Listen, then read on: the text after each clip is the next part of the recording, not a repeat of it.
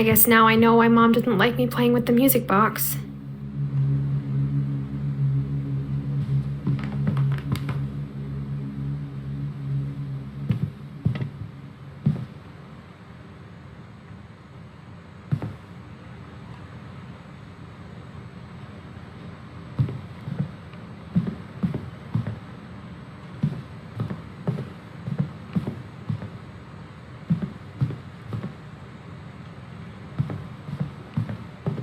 It's funny.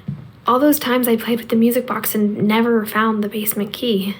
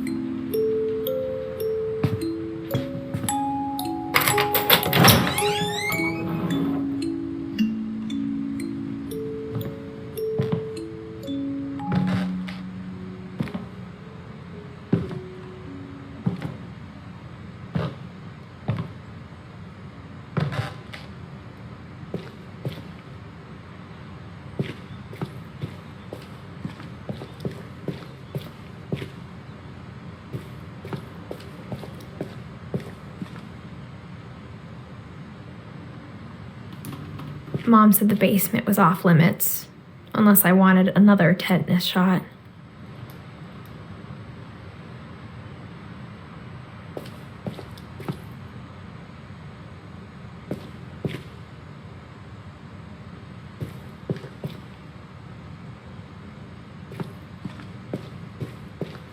I saw Edie sneak down to the basement once, carrying packages.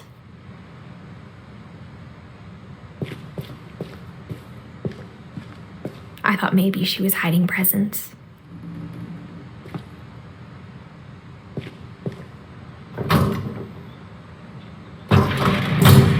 It turned out she was hiding a lot more than that.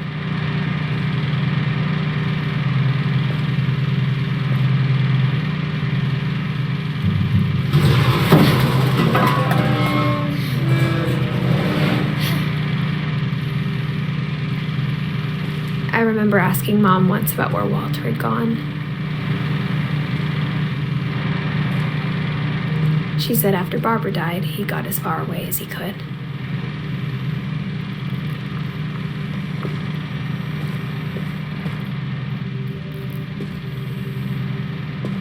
If there's a pattern in all these stories,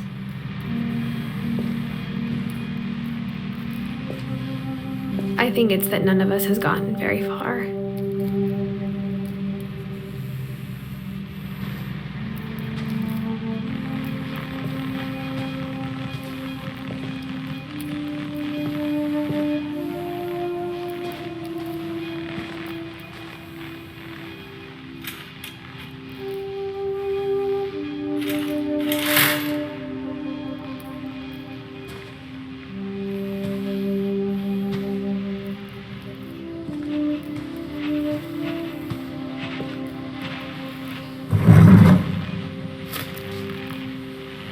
Goodbye, everyone. I can't believe I've been down here for 30 years.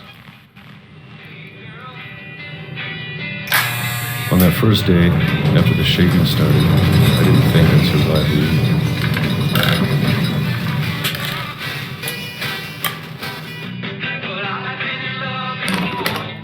But after a few days, I settled into a routine. That's what kept me sane. Having a schedule, living for today. I always expected to be dead tomorrow. But wait long enough, you get used to anything.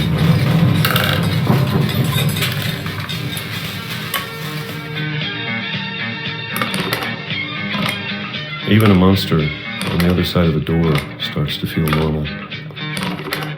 Almost friendly.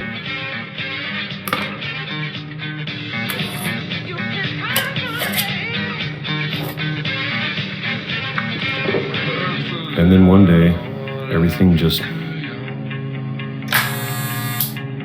stopped. Whatever that thing was, it was gone. Maybe you got tired of waiting.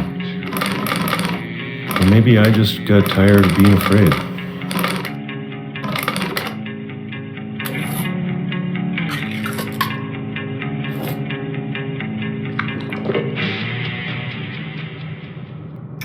It's been a week now, the longest in 30 years. I'm done waiting. I have to leave. Well, I still can.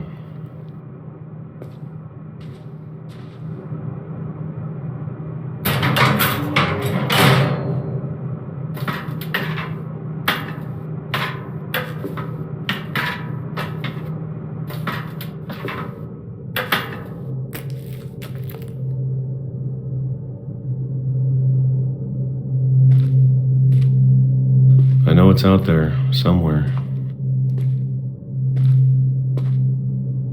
Whatever killed Barbara and Molly and Calvin.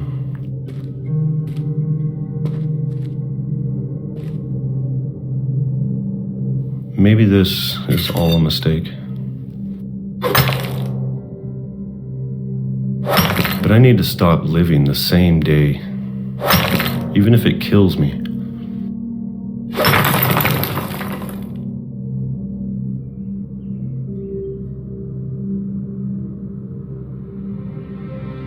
Whatever's out there, I want you to know I'm ready for it.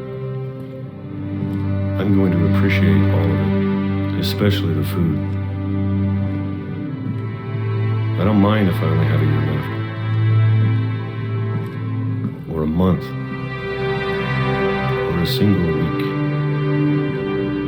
I'd be happy with one new day. I can already imagine the sun on my face.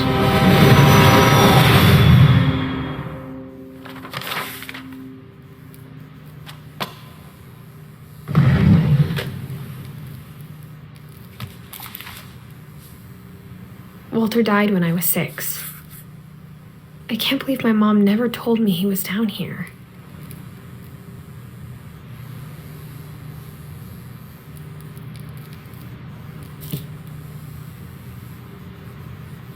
I'm sure my mom was trying to protect me.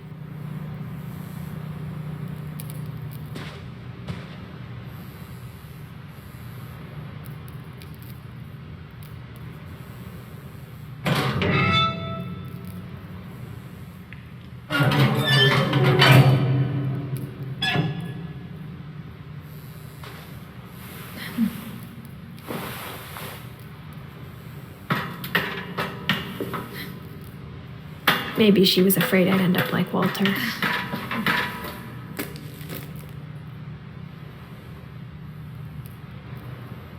But if she never told me about an uncle under the house, I can only imagine what else she was hiding. I don't want to make the same mistakes she made.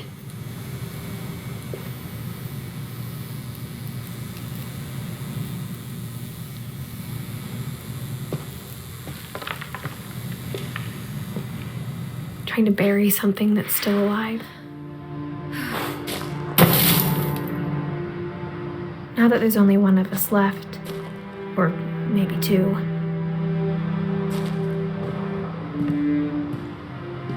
I thought it was time I heard the stories for myself and found out what happened to everyone else. But now I'm worried the stories themselves might be the problem. Maybe we believed so much in a family curse, we made it real.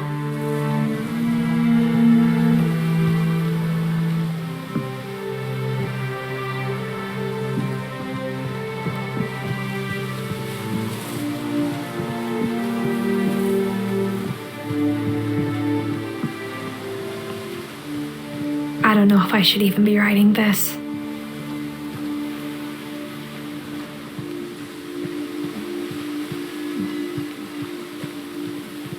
Maybe it'd be better if all this just died with me.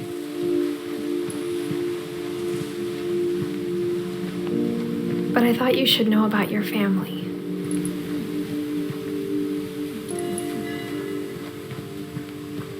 And the history you're a part of.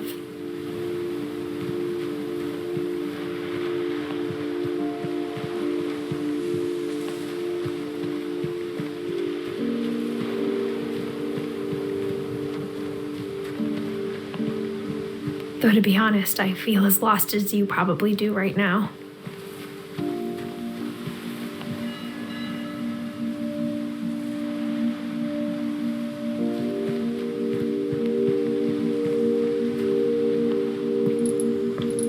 I think the people in these stories believed them, for what that's worth.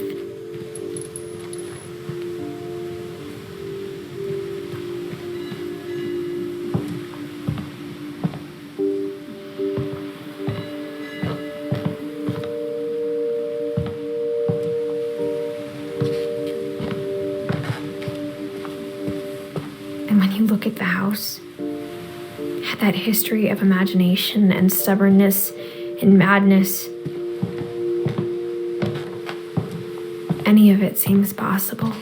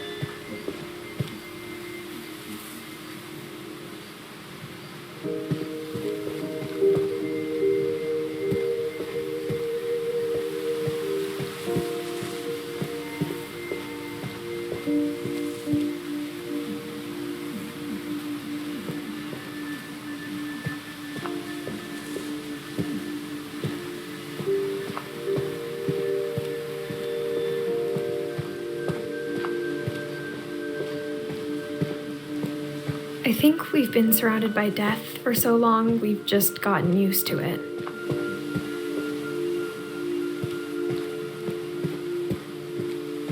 What kind of family finishes building a cemetery before starting the house?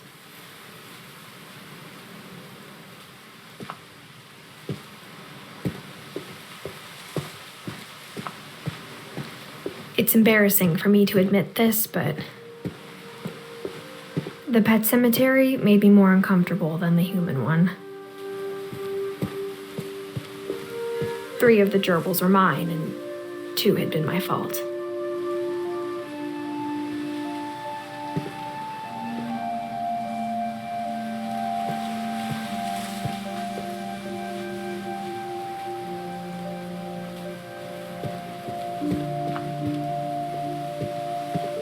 Sven built the house, but it was Edie who designed the cemetery.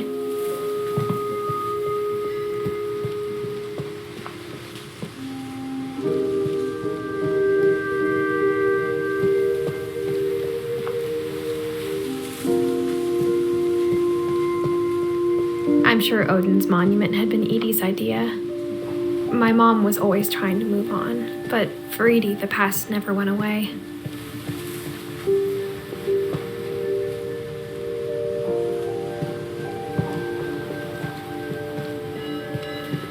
She could see it poking out of the water at low tide.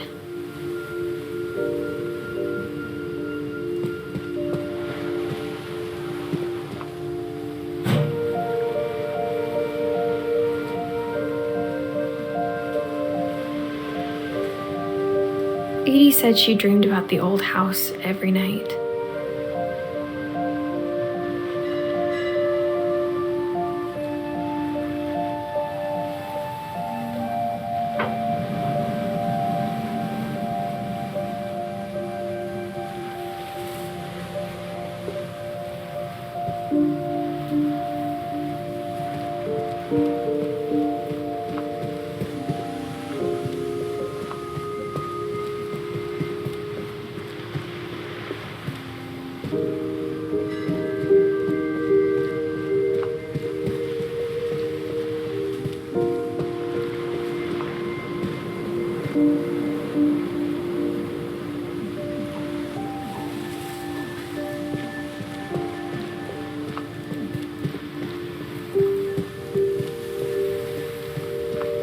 Edie's side was always easier for me to understand.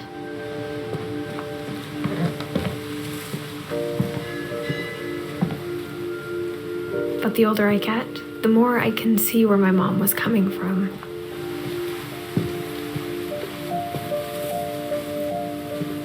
Her dad had been pretty strict, but it wasn't enough to save her brothers. She was just trying to do better.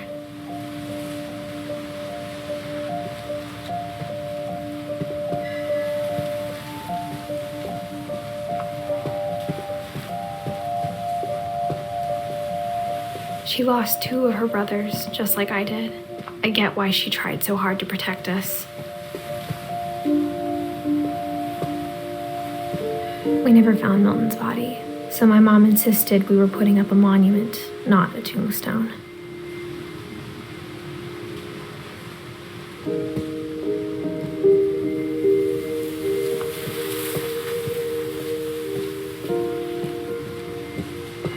There's so many things I wish I could ask my mom now. Part of me thinks this is what she wanted all along. For me to come back someday and find everything out for myself.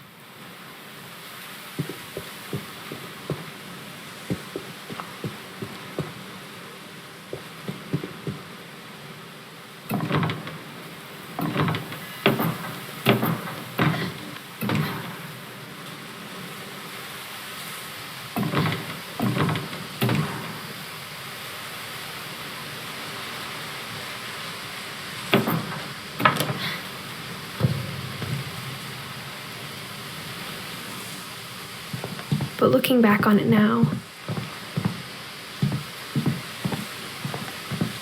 if she told me there was going to be so much climbing, I never would have come when I was 22 weeks pregnant.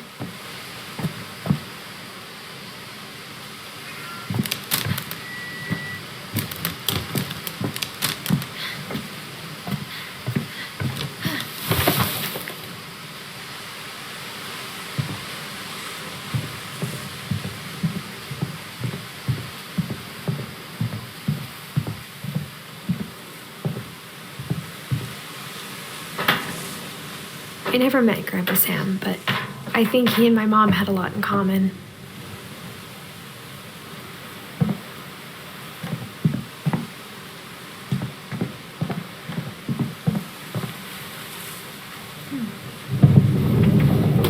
They were both pretty intense.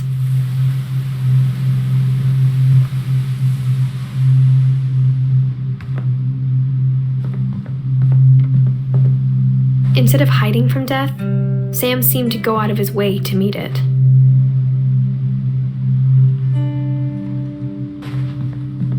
Sam spent his life shooting photos, but Mom said he got nervous being in front of the camera. I guess we're all afraid of something.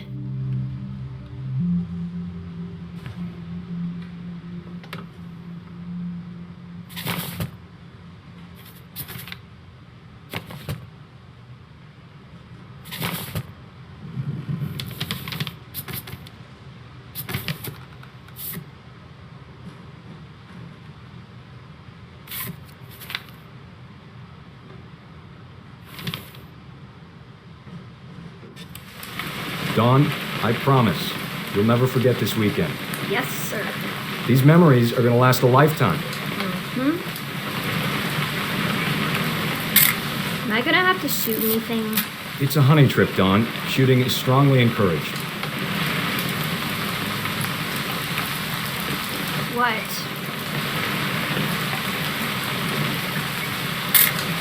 Perfect.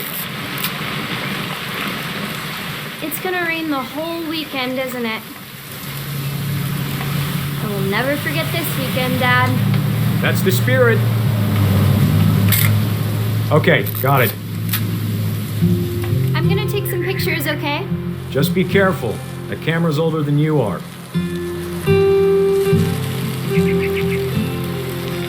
Definitely should not have drunk all that coffee. Hey! That's a keeper. I'm just saying, I'm not always gonna be here, Dawn.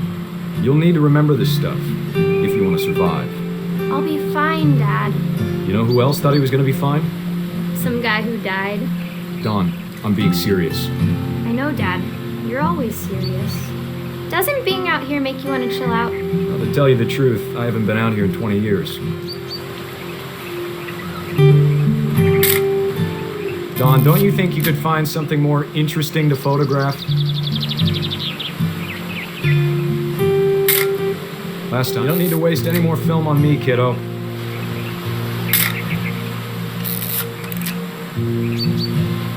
Your grandpa Sven taught us how to fish, how to build a fire. We found an old logging trail. There were deer everywhere. I bet if I could remember where that trail was, we'd spot a buck for you in no time. Give me a minute to check the map.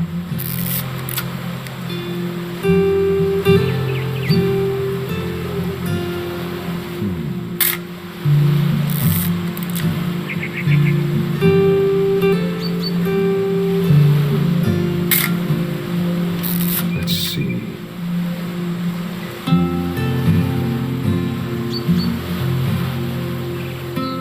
Maybe.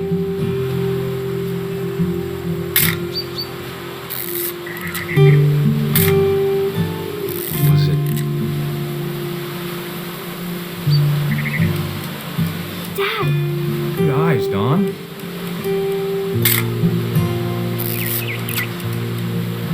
Before you take the shot, let me get a picture of you.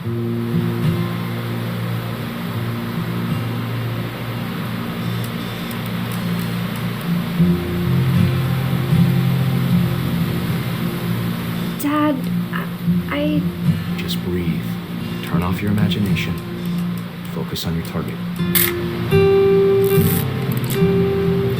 Let me get behind you. Do I have to do this? Dawn, you don't have to do anything. But if you want to survive, you need to be strong. Great shot, Dawn!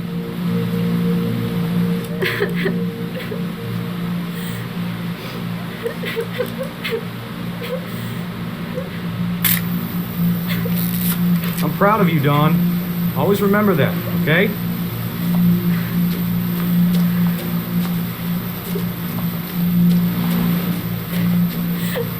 Dad, it's twitching. I think That's it's totally so- normal, Dawn.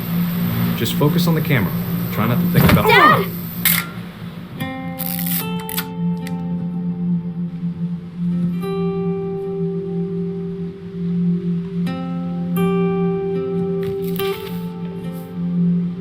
Of all these stories, that's the one I wish most that my mom had told me.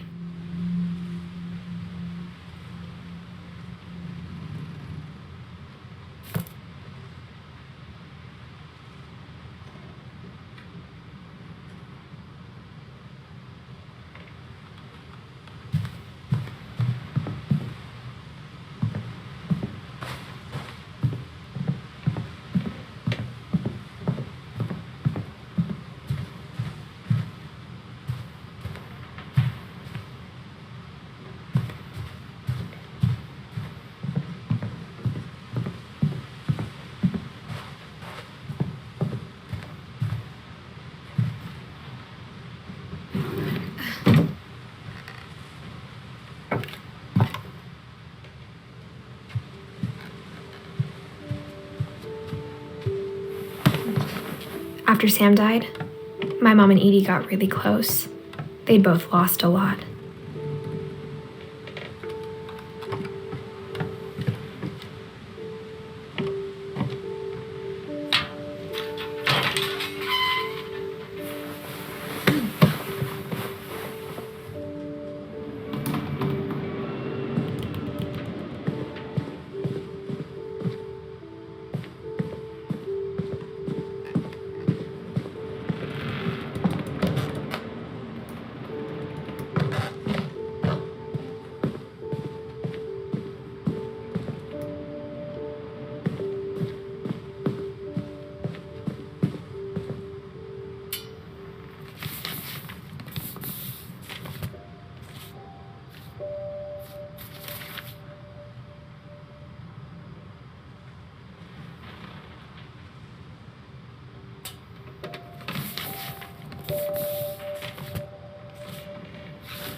Dear Kay, do you remember the way Gregory used to laugh when he thought he was alone? Like something funny was happening, but only he could see it. I think he saw things the rest of us don't.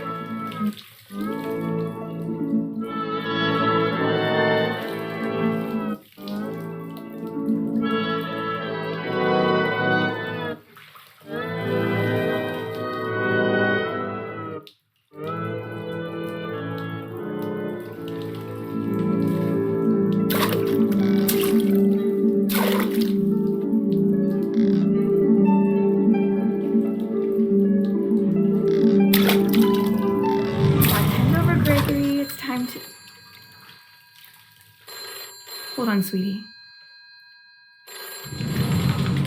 Hello?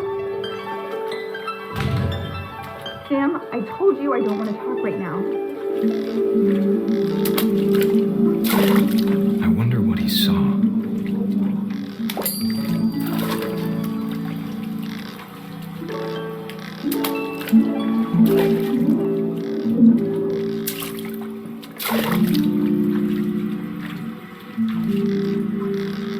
What his world was like.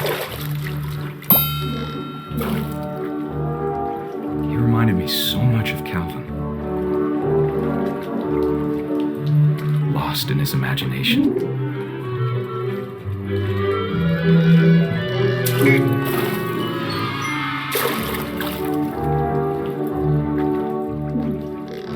Whatever it was he saw.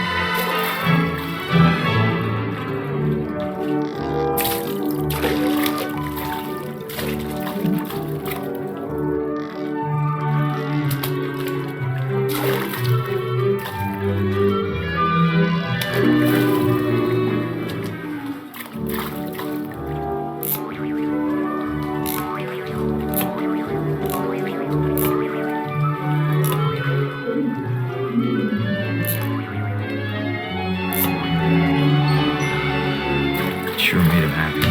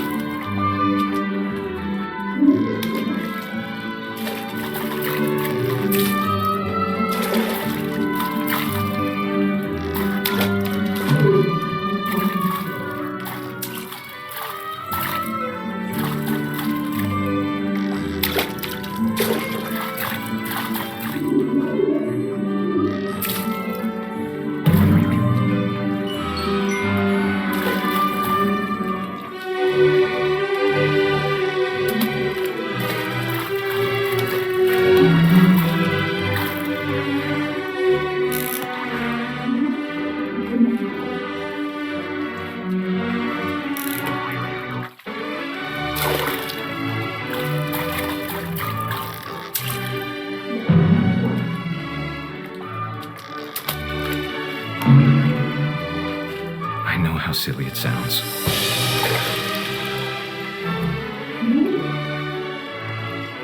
But I worried about a baby being too happy. But I could feel him slipping away. Sorry about that, Gregory. I know you did everything you could. Maybe if I hadn't called that night. Damn it. Hold on, I don't want Gregory to hear this.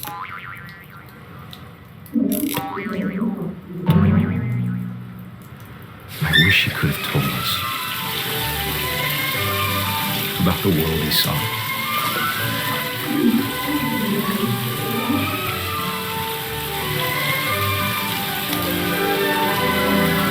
There's so much I don't understand about Gregory, about everything.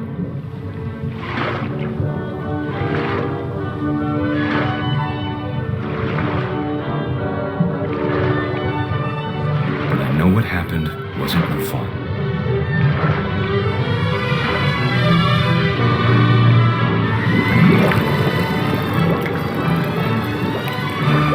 I'm sure he's happy. And he'd want you to be happy too. Good luck, Kay. Love, Sam.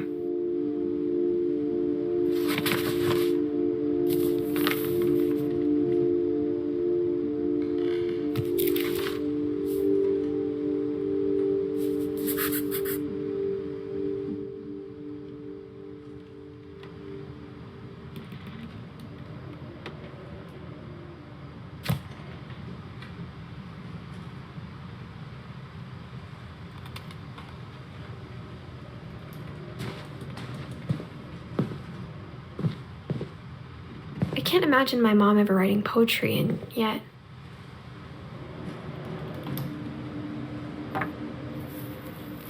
A poem for Gus, who always said the wedding was a bad idea. Our father never hit us kids, at least not very hard, before the day my brother said with teenage disregard that he'd be dead before he'd see a wedding in our yard.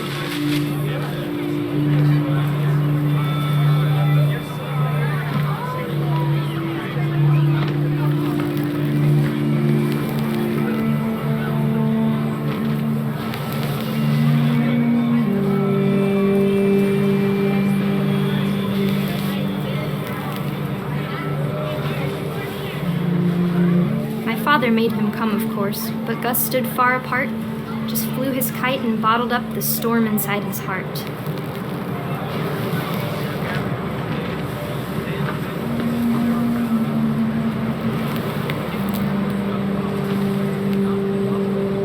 I tried to talk him out of it, but though he'd never met her, "We don't need a stepmom," were the words that I now pronounce you husband and wife. You may kiss the bride.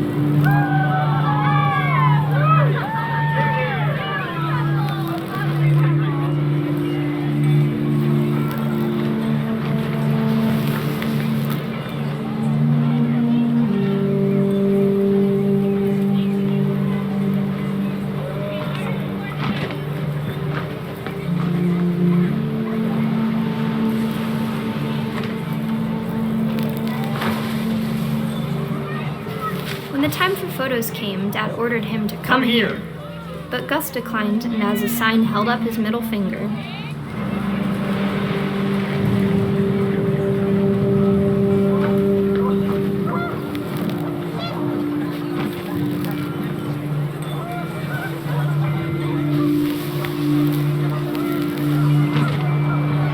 The wind picked up and panicked geese appeared and quickly went. But all the humans did that day was go inside the tent.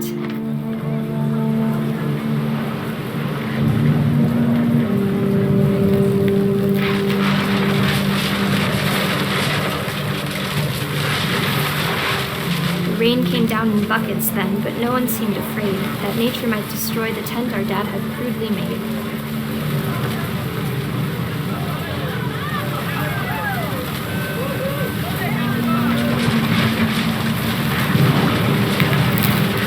Thunder sounded much too close and full of angry power. But all my father said to this was, "Make the music louder."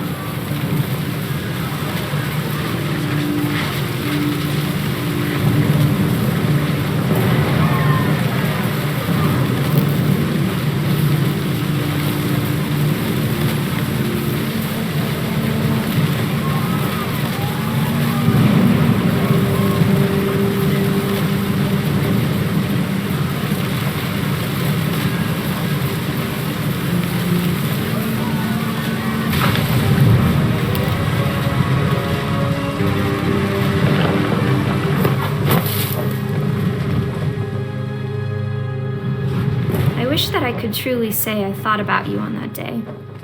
Out there on the beach alone, just you, the wind, the sea, and foam.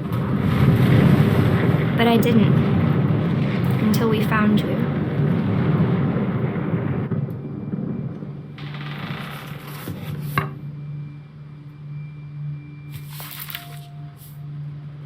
She never talked about him, but Mom told me once if I was a boy, they were going to name me Gus.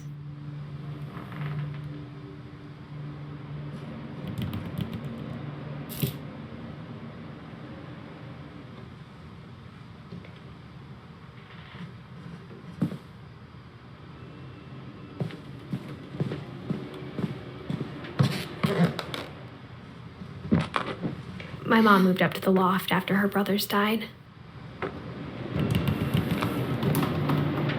At the time, it was as far away as she could get.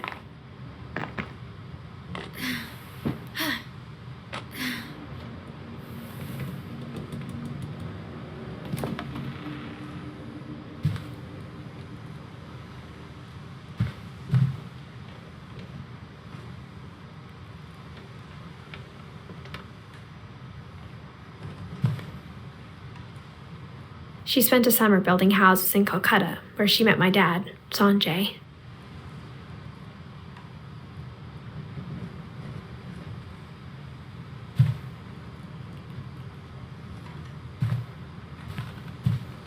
Religion was another thing my mom never talked about, but I think it helped her a lot after her dad died.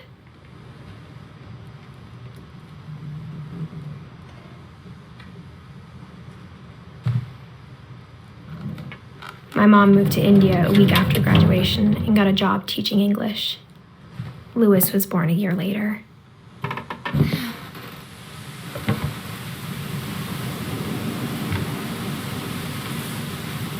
When my dad died, I don't think Mom knew where else to go. I'm sure Edie was happy to have her back.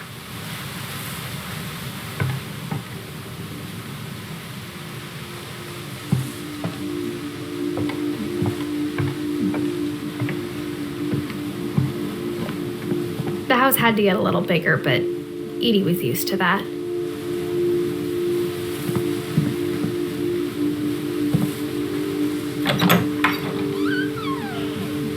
And for a while, things were good, almost normal.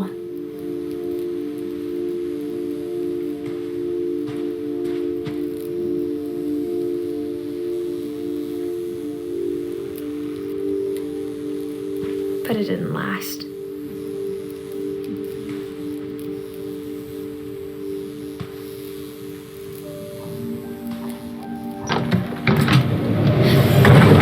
The beginning of the end was Milton's 10th birthday, when Edie gave him a castle.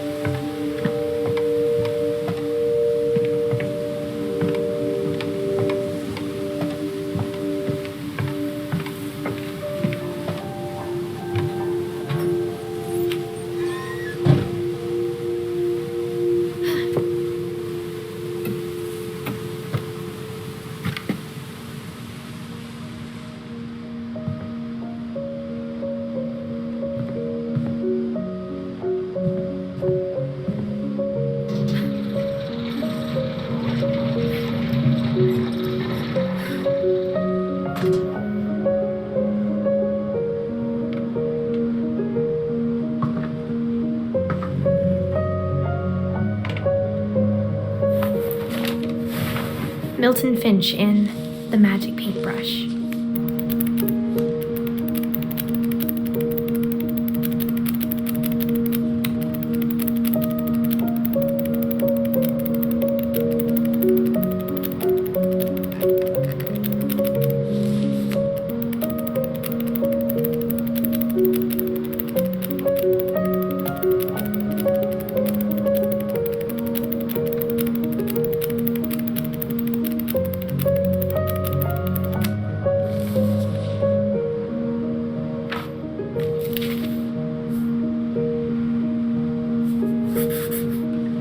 I was 4 when Milton disappeared.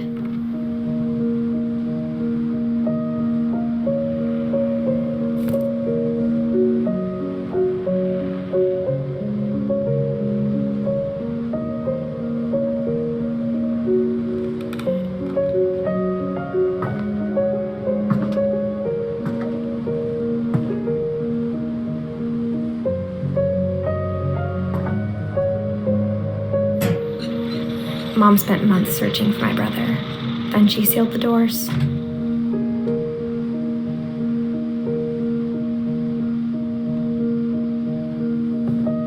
I think Edie was happy to finally have another painter in the family.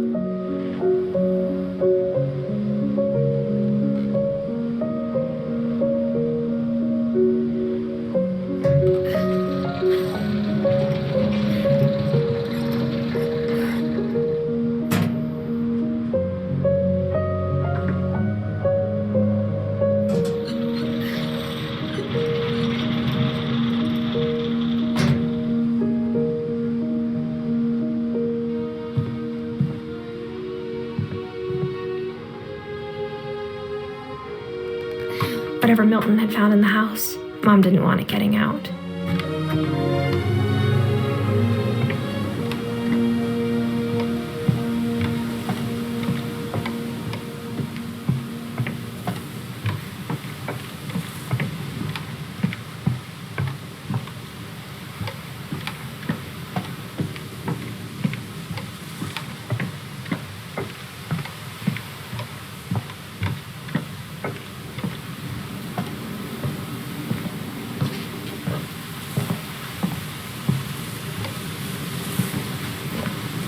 Mom definitely blamed Edie, but I think Louis blamed himself. After he graduated, he just spent more and more time in his room, until Mom got him a job at the cannery.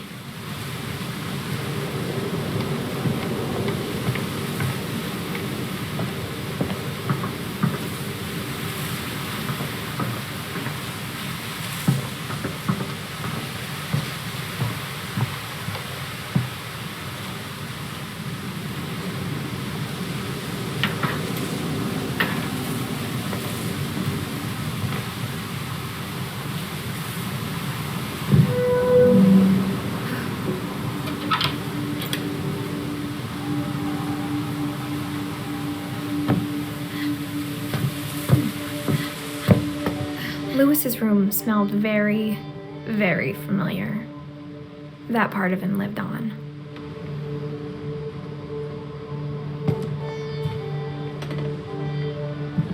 Louis and I spent a lot of time playing games together, but he was surprisingly bad at them. He died a lot.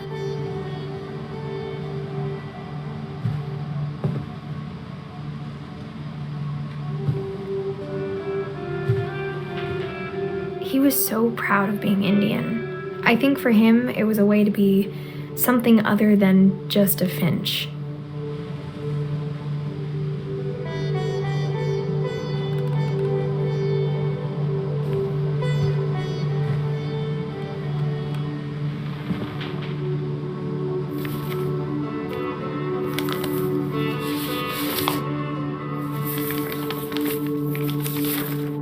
Dear Mrs. Finch, as Louis's psychiatrist, I can understand your desire for an explanation. As I see it, the trouble began in January, shortly after we convinced your son to seek treatment for substance abuse. Newly sober, I believe Louis first noticed the monotony of his daily life.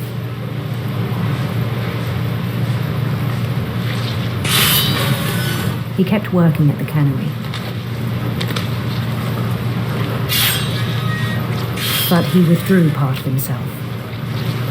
In our sessions, I saw the same behavior. His mind began to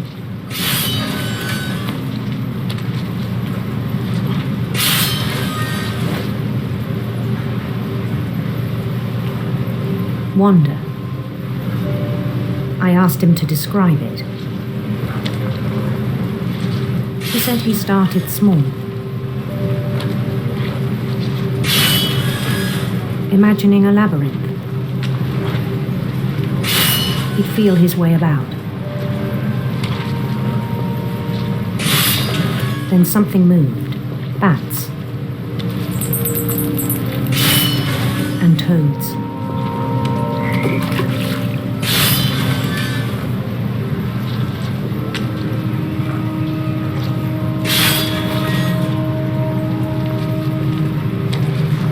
And things that have not names.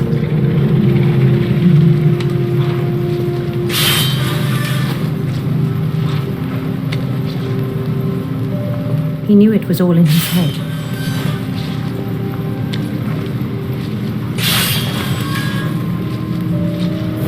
But he took it very seriously. I had hoped he'd find himself.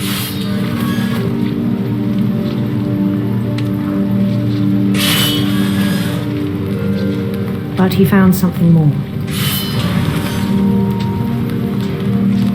I worried about him then. Daydreaming at the cannery.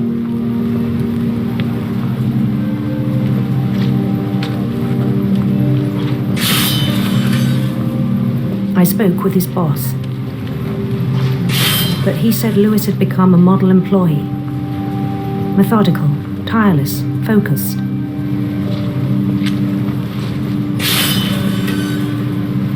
Like a whole new Lewis. So I let him go on.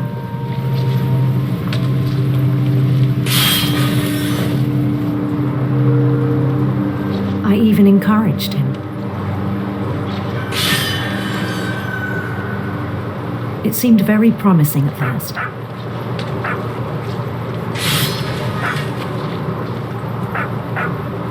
He told me he'd made a new friend.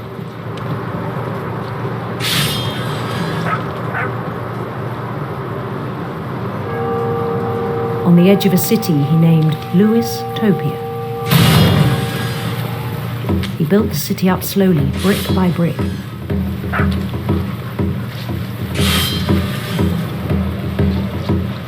Then he made musicians.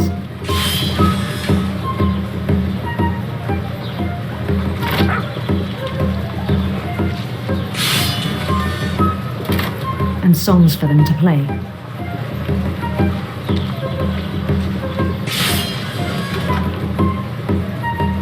He talked about starting a band.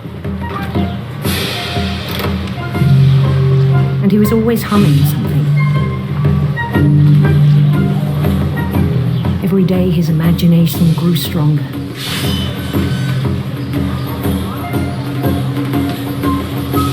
He no longer spoke at the cannery. But his chopping was as reliable as ever. Then one day it struck him that all the cheering crowds, even the stones under his feet, were all in his imagination, so he could do whatever he wished.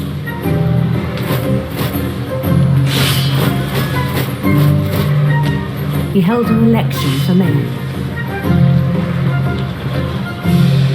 and he won. They begged him to stay, but his mind was already wandering. It became a game for him.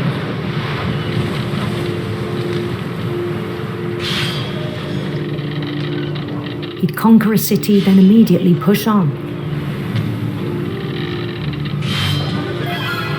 New Louisville.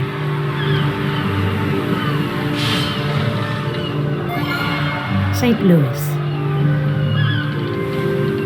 He started drifting away from our reality.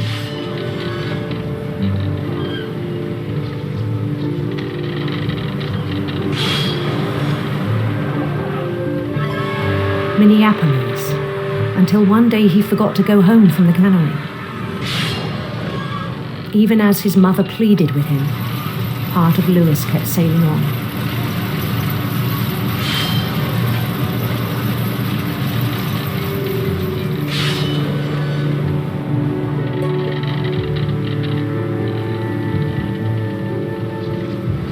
In Lewisburg, he heard rumors of a beautiful prince.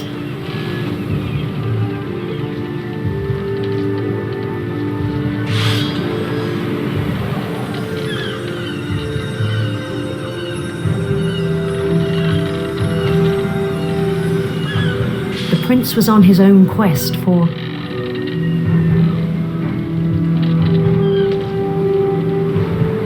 sinister serpents.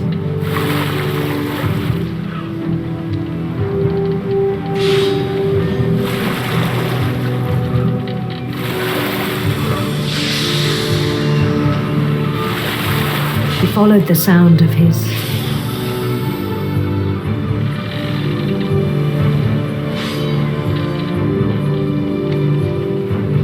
silver harp.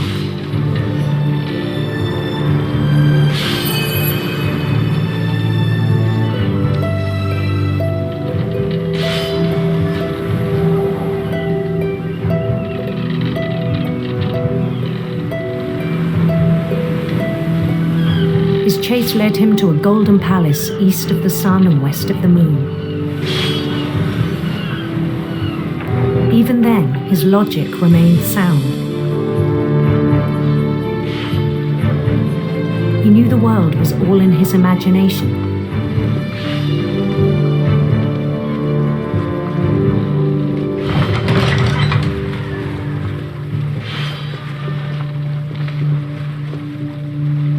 But he was so proud of having created it.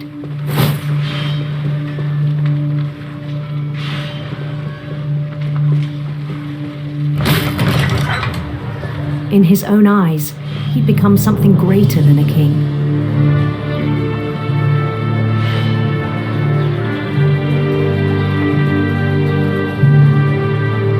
For someone who'd never known success in the real world, I think it was overwhelming. And then it struck him that the real Lewis was not the one chopping salmon, but the one climbing the steps of a golden palace.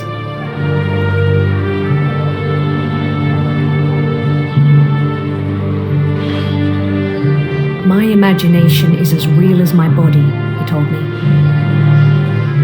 It was hard to argue with him.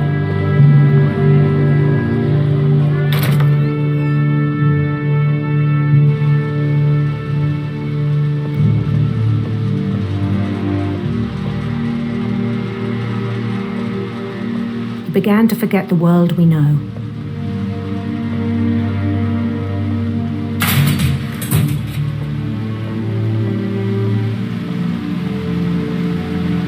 I think it pained him to remember Lewis, the cannery worker.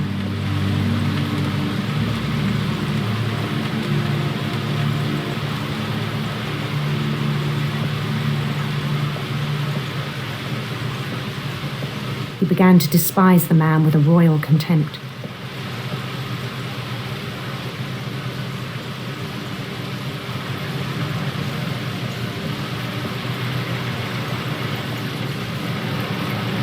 I still thought I could save him. Even after he said he was being crowned king over all the lands of wonder.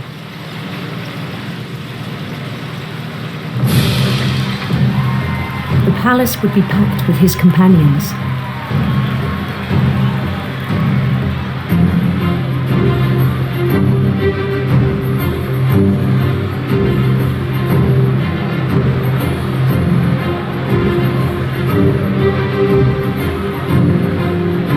Including the wise Calico who had insisted on advising me.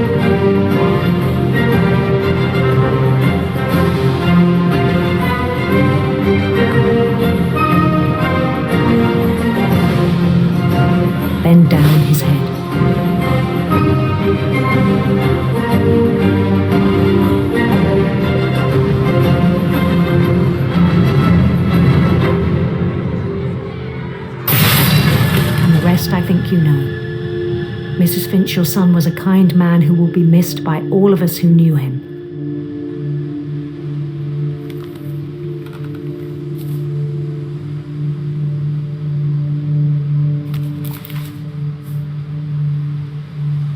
My brother was really cool. I wish you could have met him.